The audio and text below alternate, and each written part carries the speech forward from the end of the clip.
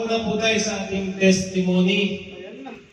Our testimony portion. The purpose of our sharing our testimony is to encourage one another. It is an effective way to encourage others to keep trusting God and continue their relationship with Him. It is also an opportunity to share of how God worked in your life and your stronger Christian. Maybe your story is the key that can unlock someone else who is bondage.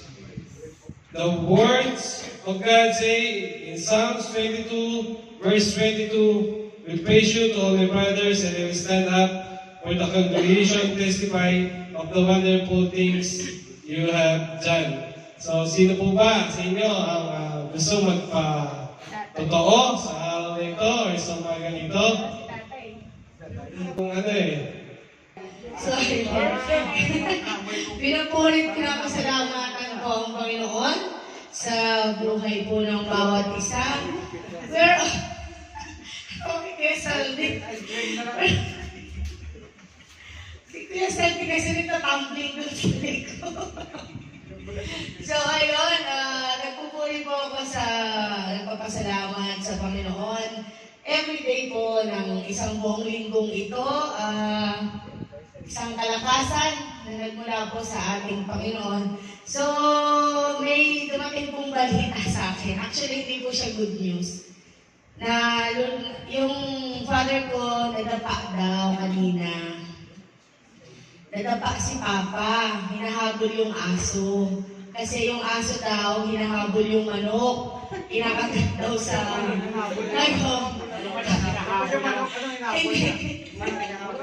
Hinahabol ng aso yung manok. Hindi ko alam kung matatawa ko, maaawa ako sa tatay ko eh. Kaya lang, pinakita sa akin ng kuya ko yung video.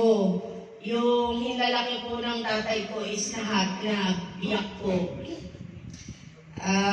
Ayun, bukas ko ipapatahi. Diabetic Diabetic pa naman po ang aking father. So, include po sana sa prayer, hoping and praying po sa kagalingan at nawa po is yung pagtatahi po, tumigil na po yung pagdudugo. Kasi po hanggang ngayon, di pa daw po tumitigil sa pagdudugo eh.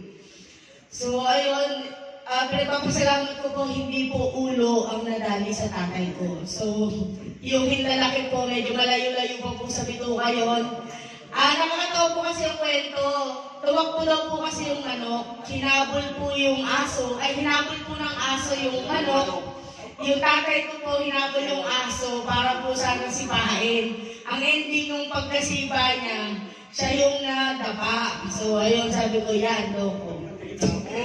So, ayan, nakuha mo. So, ayun, nagpapasalamat po ako for 1 week na talagang sobrang nakakapanghina ng kautakan at nakakatuyot po ng utak. But praise God, we are here, standing in front of you. So, talaga po masaya po ako. At yung anniversary po namin nung nakaraan ni Jeffoy, na 5 years na po kaming magkasama. Na mag-boyfriend at girlfriend po yun ha, hindi po yun sa kasal. Yung kasal, alam niyo naman kung sino yun. 3rd year anniversary. Techa!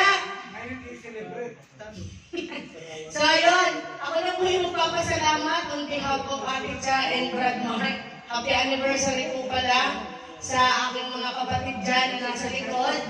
So happy anniversary po, sa wedding anniversary po yung sa kanila. So kung wala na po, ang iba po ay wala pong naihanda na testimony, ay pwede po natin i-reserve na lang po para po next week. So, next week po is 5th Friday. Meron po tayong 5 Friday ngayong buwan. So, dagdag ko na rin po sa announcement.